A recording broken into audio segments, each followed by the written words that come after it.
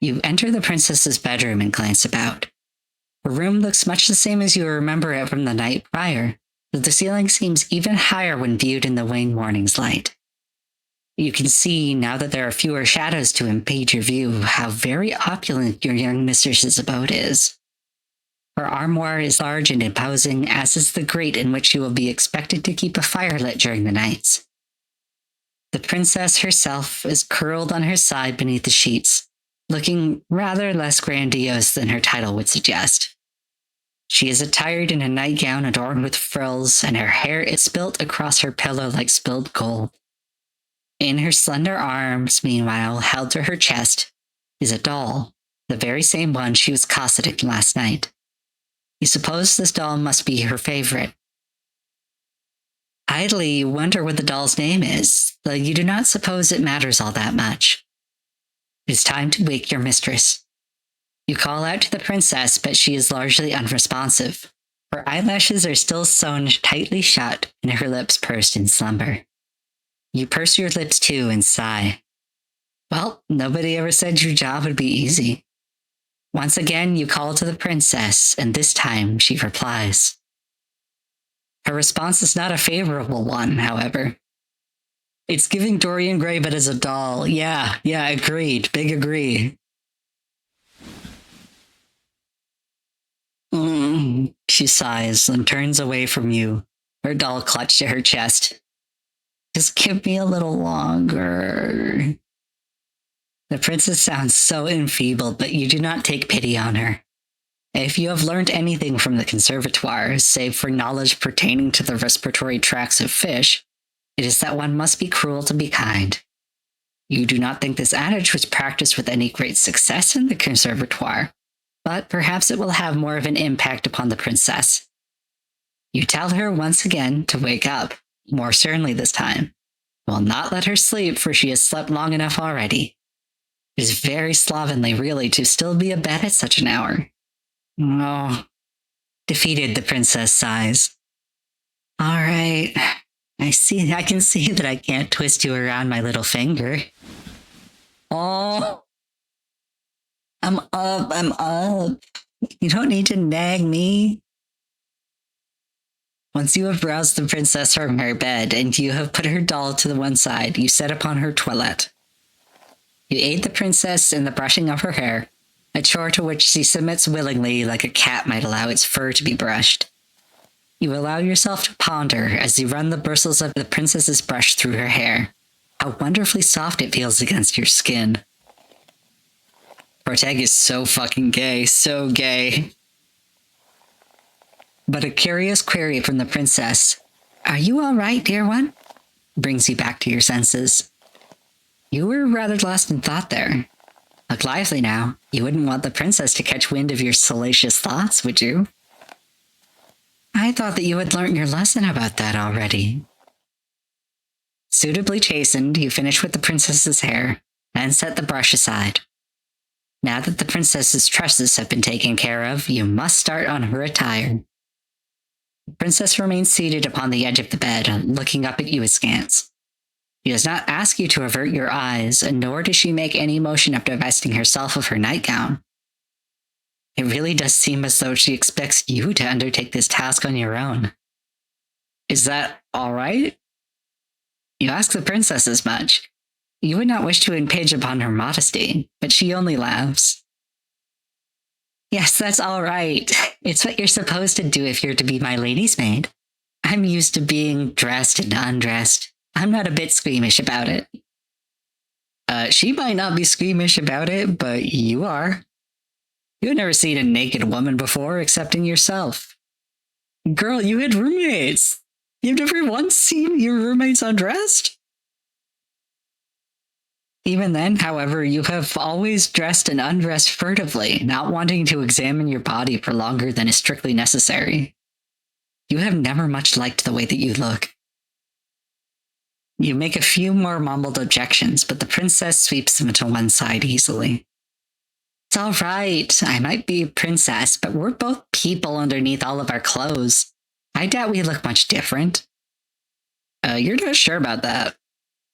You have not yet seen the princess unadorned, but you already know to look at her face that you are different. She is much, much prettier than you are. But she is waiting, and you do not wish to keep her any longer. You steady your nerves.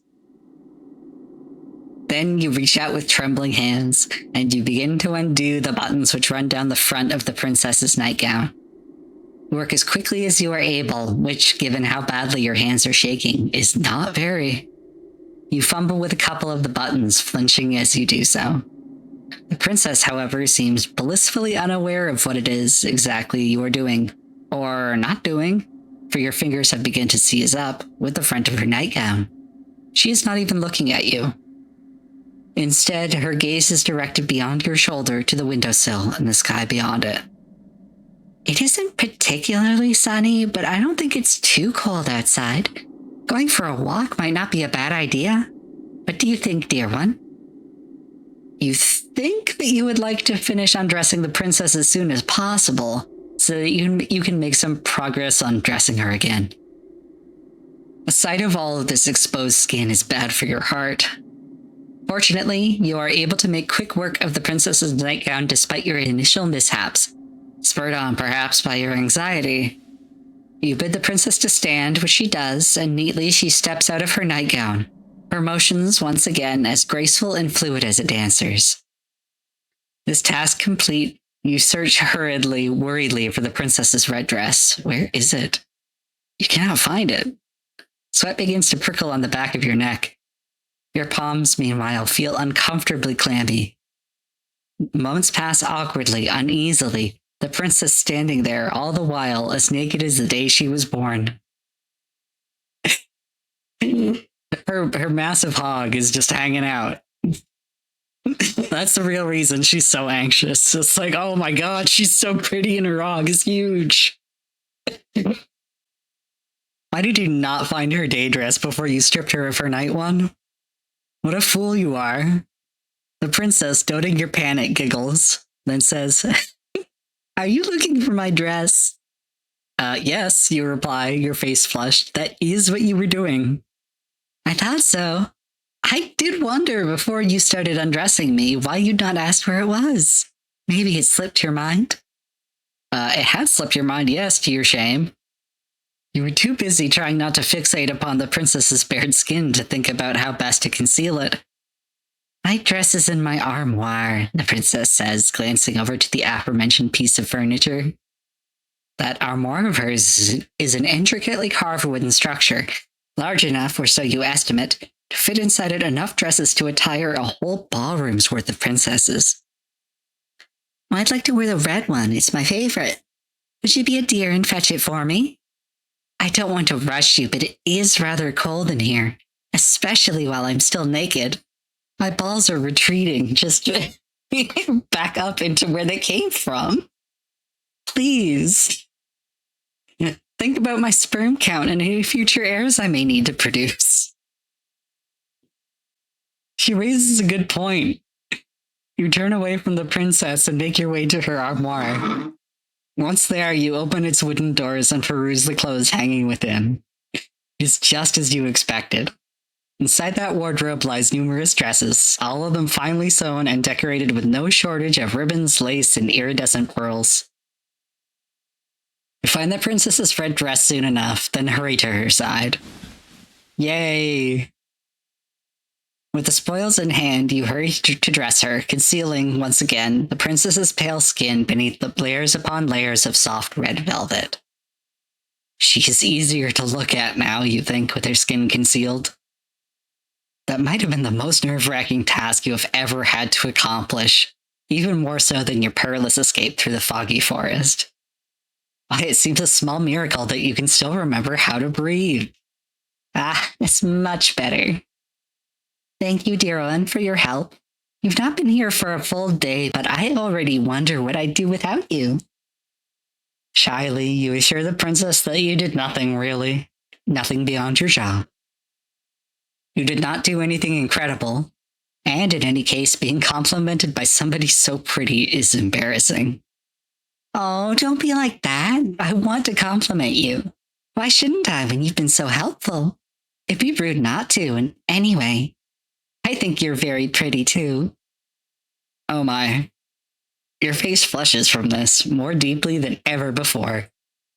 You ought to count yourself lucky, really, with all of this excessive blushing, that the princess does not seem to possess any vampiristic tendencies. You are making yourself quite the easy target. Now, the princess declares, why don't we go for a walk? It's a nice enough day, and I get so very bored of being cooped up inside. You can't think of any particular objections to raise this remark, and you think that the princess might have a point. The castle, though expansive, is somewhat stifling. The walls are so very thick they put you in mind of a crypt. With your acquiescence assured, the princess quits her chamber, her posture elegant and her gait unhurried. She seems not to walk as she navigates her way through the seemingly endless hallways of her home, but to float like a cloud. The hem of her dress swishes around her legs and her hair shifts like a shroud. The castle's courtyard, meanwhile, is sadly lacking in comparison to the princess's beauty. The courtyard is fenced in by the castle's walls, which look, in the stark midday light, tall and imposing, faceless soldiers standing sentinel. Though the sun is out, it is not particularly bright, and neither is it particularly warm. The courtyard itself, meanwhile, is in a state of disarray. The flower beds are in shambles, all overgrown with weeds. It's all rather depressing. The princess's castle might be grand in scale, but the courtyard itself is simple, hemmed in to a claustrophobic degree, like a coffin. The princess, however, seems not to share your dolorous mood. She instead looks elated by her newfound surroundings, her smile unwavering. She gambols about like a lamb, fluttering hither and thither as she examines the weed-infested flower beds. Her frolicking comes to a cease, however, by a bush, one that is full of bright red roses. Oh, how very pretty! Do you not think they are gorgeous, dear one? The flowers are not too disappointing, you suppose? They make for a fine spectacle, in fact, a welcome splash of color when contrasted with the dullness and drabness which permeates the rest of the courtyard. Though the other flowers in their beds are wilted, withered things, it is not so for these roses. They are a rich, bright red, just like blood. Their heads so full they seem almost to droop beneath the weight of their own engorged petals. They are pretty in a sense. But there is something unsettling about them too, something that is almost obscene. How did those roses become so very red? What has been sustaining them? Could it be possible that these roses have been draining the life from the other flowers which are struggling to grow within this garden? Yeah, that's how plants work. That's how plants work! It's a fanciful thought, but... Oh, they are simply divine. Looking at these roses always lifts my spirits. They really are my most favorite flowers. I must simply pick some of them. Perhaps I can use them to decorate my bedchamber. It could use a bit of color. The princess reaches out so as to pluck one of the roses free from its resting place amongst its brethren. You watch her, your breath bated, anxious that this gesture might result in perforated flesh and bright red blood. But the princess is not as clumsy as you fear. Of course she is not. Who did you think she was? You? Rather than worrying about other people, you would be better served if you worried more about yourself. The princess holds her newly pilfered rose to her nose and inhales, her eyelids falling shut as the flower's sweet scent washes over her. A few moments of silence pass. Then the princess begins to toy with the petals which adorn the flower's crown. Now, let me see. I wonder what fate has in store for me. She loves me. The princess plucks a petal from the flower's overburdened head. She loves me not. Princess continues with this childish incantation, all the while stripping her rose slowly and methodically of all its petals. The petals flutter about the princess like bloody snow. The princess's voice, meanwhile, echoes throughout the courtyard, even more melodic than the strains of a pianola. She loves me not. She loves me not. The princess's fingers hover over the final petal which crowns her nearly denuded flower. Then, with a triumphant smile, she declares, "She loves me! I knew it!" You watch the princess, amused by her girlish good cheer. The little mantra she has been reciting is one that you are familiar with. The girls at the conservatoire also used to engage in this little game. The younger ones, at least, who believed that a fairy tale prince would whisk them away. You might have participated in this game yourself when you were a child, but you never pinned your hopes and dreams on a handsome prince. Your interest in princes has always been minimal. When it comes to fair princesses, though, well, that is a different matter altogether, isn't it? Pleasantly, you ask the princess whose love it is she wishes to court, a query which makes the princess giggle. "Oh, dear one, who else would I be thinking of? Naturally, I was thinking of you." Naturally. He says it so easily, as though you ought to have suspected as much, and indeed, part of you did. You wanted to believe, yet part of you was afraid to. You did not want to be arrogant enough to assume that the princess might care for your affections. You begin to blush, your cheeks almost as red as the roses, while the princess laughs. She laughs and she laughs and she laughs, her voice clear and sweet like a nightingale's song, as though you are the funniest thing she has ever seen. You never liked being laughed at when you dealt within the walls of the conservatoire, but it is different with her. You've not known her for all that long, but you are already entranced by her, ensnared. She has you wrapped around her little finger. Oh my! The princess's laughter tapers off into a series of giggles as, smiling, she wipes her eyes with the back of her hand. That was quite the amusing diversion, but I've just had an idea. You look at the princess curiously. What idea? Oh, you can't tell? You cannot even begin to guess. I just thought that all this watching must be boring you, the princess says, tossing the rose's stripped stem carelessly to the ground. You should give it a try. Please do. It'll be fun. The princess retrieves a second red rose from the bushes, deftly snapping it between her fingers, and offers it to you. I want to see what fate has in store for you, too. You smile at the princess, touched by her enthusiasm. Indulging in childish games like this may not be the best use of your time, but the princess looks so very determined you would not wish to hurt her. What could be the harm, really, in consenting?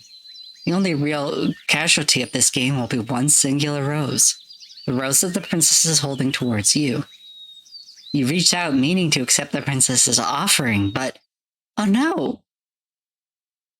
You're clumsy, and you seize the stem of the rose with a touch too much strength. The head of the rose might be pretty, but there is more to a rose than the bright red flowers. Roses have thorns too, a fact that you are painfully now reminded of. Pain flares through your finger, and you gasp. You take a step back, the hem of your skirt swishing around your ankles. Your finger is stinging, and so are your eyes. You ought to have been more careful. Why were you so stupid? Oh, you poor dear, you're bleeding, the princess exclaims, alarmed. Then she frowns. Oh, this is all my fault. If I'd not suggested this silly game, this never would have happened. Please, let me take care of you. And how is she going to do that? Perhaps she means to take a handkerchief from her pocket, with which she might staunch your wound. Or maybe she's just going to suck on that thing. Princesses tend to carry handkerchiefs around with them, don't they? Silken ones? How else would they give brave knights tokens of their gratitude, once these aforementioned knights have successfully slain dragons? Princesses can hardly dispense kisses as favors. It is simply not done. That's what you always thought, but... Please hold still, this might sting a little bit. This princess is anything but ordinary. Rather than take a handkerchief out of her pocket, she instead closes her white, slender fingers around her hand. Carefully, as though she is handling a precious object, she raises your hand, her eyes affixed all the while on the beads of startlingly crimson blood which are oozing luridly from your wound. She licks her lower lip. Then she dips her head. Yeah. Yeah. Somebody else who understands the eroticism of this. I've written this shit before. It's great. Let's fucking go. She parts her mouth, and with a soft sigh which borders on sensuous, she slips your injured digit between her teeth. So much for princesses not dispensing kisses as tokens of appreciation. This might not be a conventional kiss, but feels intimate regardless, almost startlingly so. The princess's lips, which are red as any rose, are enclosed around your index finger. You can feel the warmth of the princess's mouth about your skin and the wetness of it. These sensations make your whole body quake. You did not expect this. Tremulously, in a voice which wavers, you ask the princess what it is she's doing. Oh, the princess glances up at you, her mouth still enclosed around your finger. Oh, didn't I tell you? I'm trying to stop the bleeding. Yes, you gathered as much, but was there a problem? I'm not making you uncomfortable, am I? It is not. You say that she is making you uncomfortable per se, but this is rather awkward. You did not expect it, that is all. And is she not worried that this is unhygienic? Unhygienic? The princess blinks. She is the very picture of innocence, which is funny, really, given your finger is still nestled against her tongue. Oh, I don't know what you mean by that exactly. But I've heard this is the best way to take care of cuts. My nursemaid used to do this for me when I was a child. It's what you're supposed to do.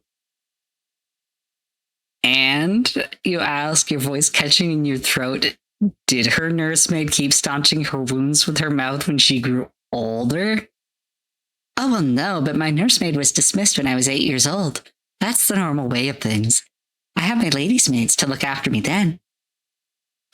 How very interesting. And did they ever clean her wounds like this? No, the princess says, smiling mischievously. Because I'm not clumsy enough to cut myself, silly. Now that was quite the sharp retort. You did not expect it. Your face turns even redder if such a thing is possible, though this might perhaps be to your benefit. With some luck, all of your blood will flow to your face rather than to your finger, and your bleeding will stop. As it stopped, your injury was not a deep one. There should be no need for the princess to keep on suckling, but she still is.